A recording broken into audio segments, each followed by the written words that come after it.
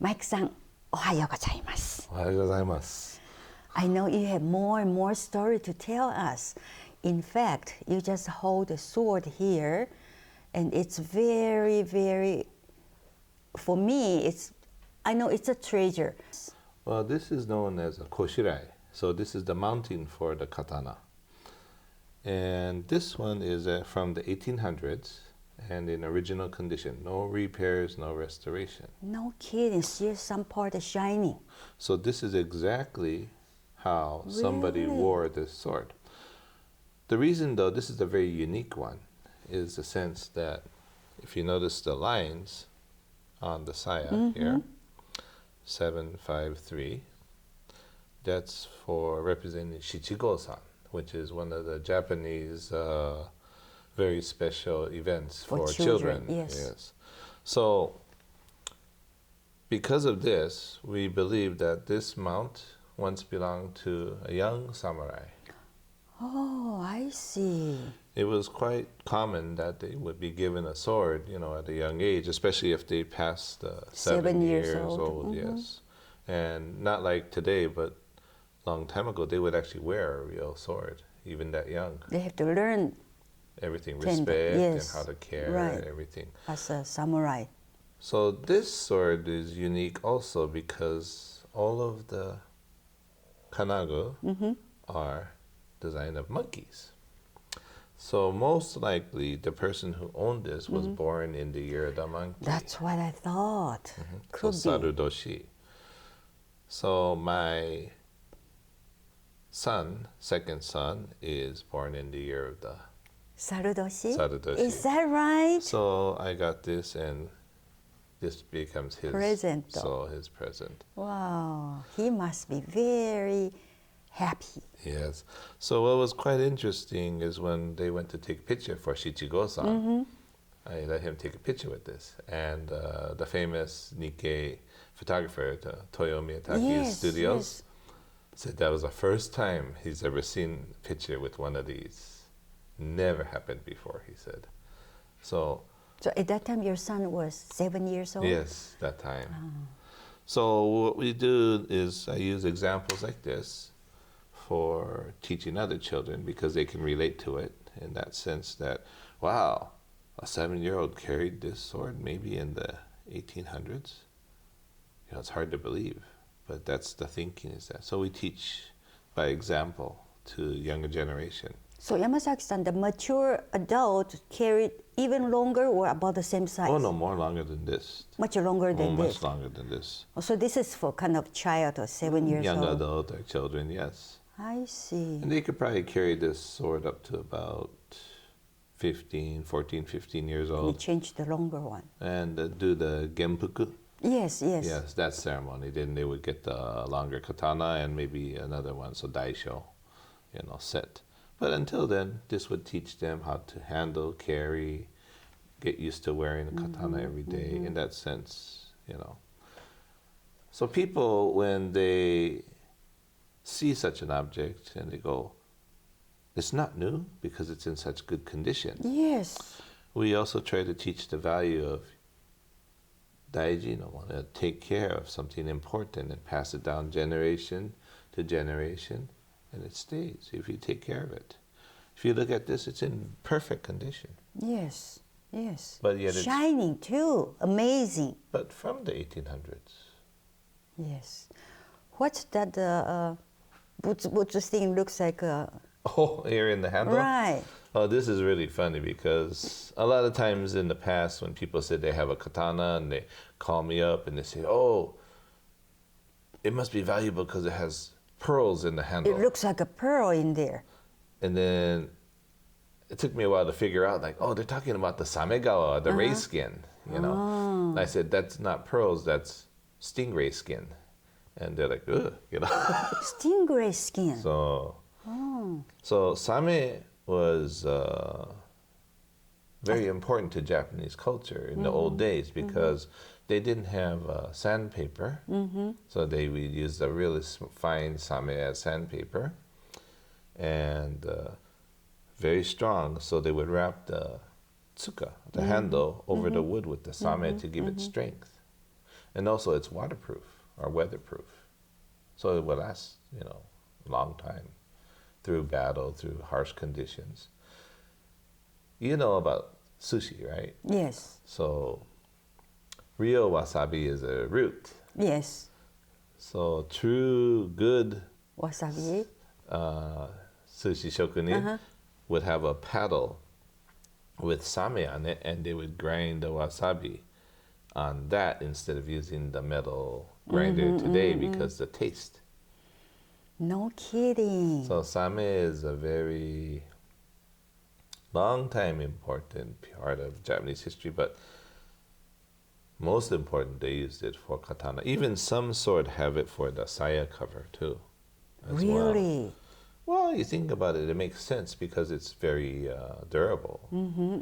And there was an abundance of it, so, in that sense. So you can see right here, both sides. Beautiful. I very much appreciate Koshirai because yes, of course. this gave you an idea of the person's personality in Japan during that time, because they wore the kimono, but they didn't wear any jewelry. So no Gucci or anything like that back then.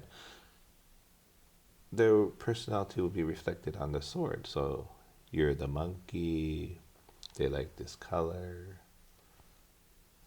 Samurai's personality would only be represented by their mounting on their sword.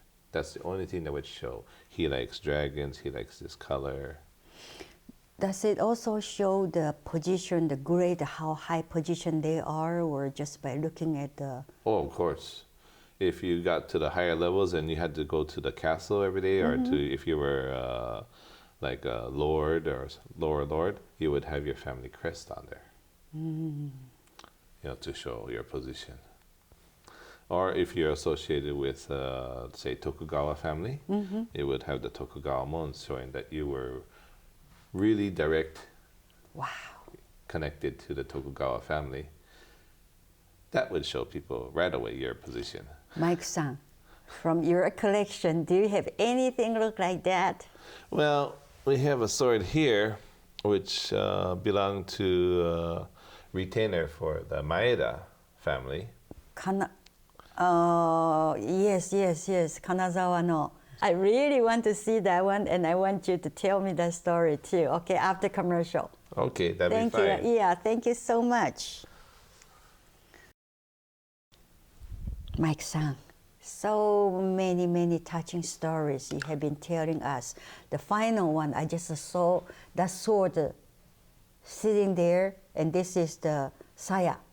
And again, so difficult wording there, except this one, Kaga Kanazawa means Kagahan no Osamurai-san no sword? No, this maker, Nobutomo, is from Kanazawa, Kaga province. Okay. So he worked for the Maeda family, Maeda daimyo. Long time ago. So during the Edo Jidai. Yes. Yeah, around 1600s. Okay. So Tanobu Sensei Sayagaki here, they did research always, and then as you can see, he wrote here, it did belong to Maeda-ke no karo. So a retainer for the Maeda family.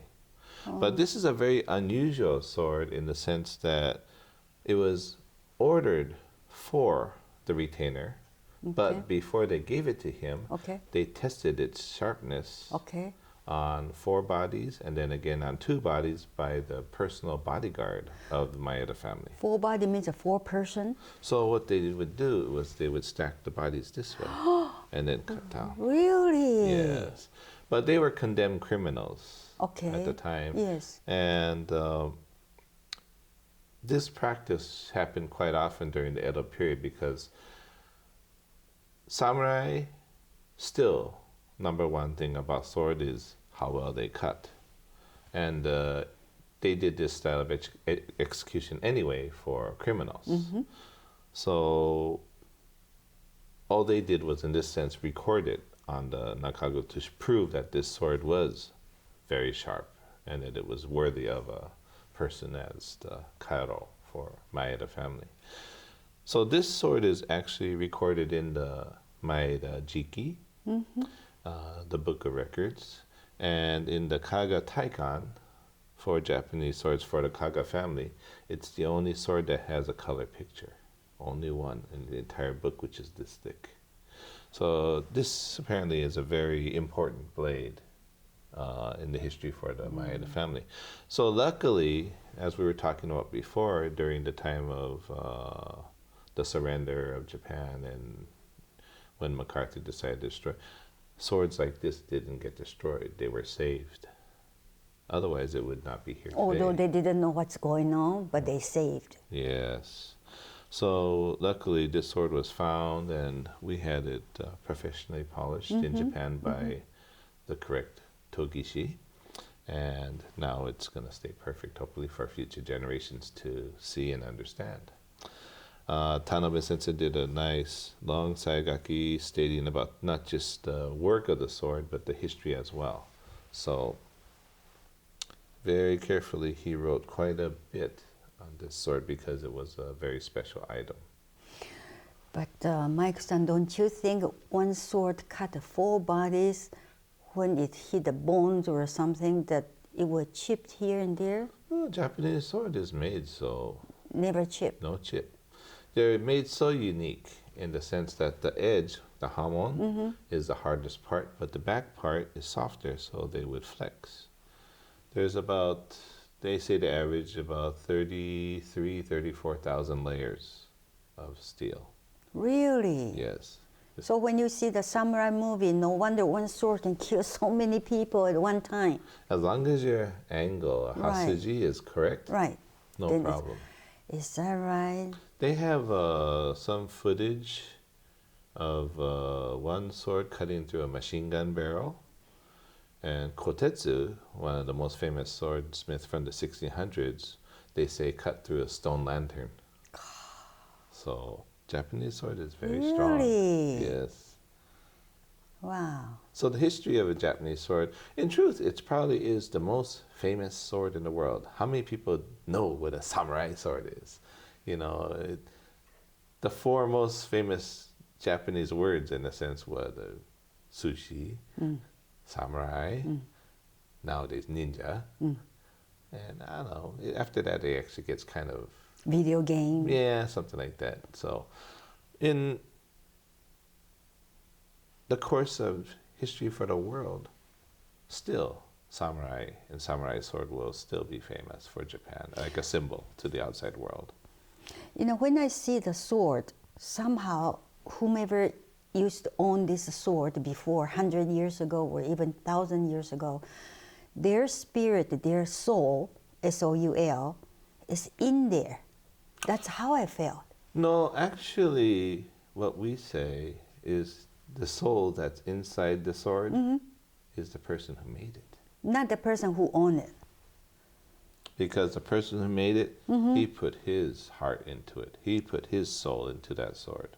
How interesting. The other person is just the caretaker every day. He didn't make this blade. So the soul, I believe, comes from the sword maker, the craftsman.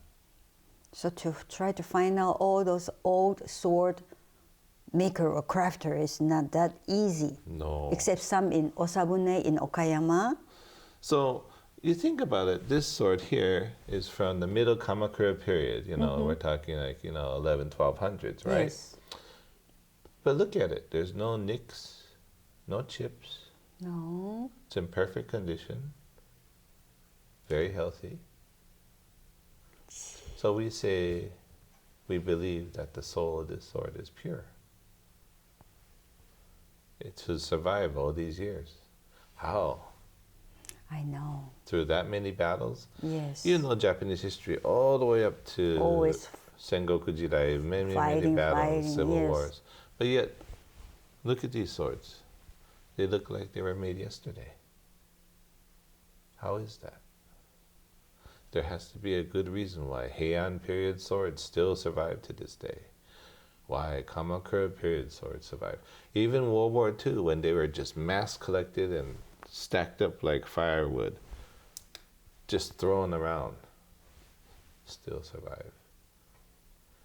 We believe God protects the swords because the soul is good from the swordsmith. There's the story of Muramasa being the evil sword. Mm-hmm. And you were telling me you were watching about Saigo Takamori, right? Reading a book. Mm-hmm. There's a story that Saigo Takamori hated the Tokugawa family so much. And the Tokugawa made the rule that Muramasa swords were illegal because Ieyasu was scared of them. So he made a lie that all Muramasa swords were bad luck. In truth, they were only bad luck for the Tokugawa family. But he made everybody collect them and everything and then destroy. So there's very few Muramasa sword now.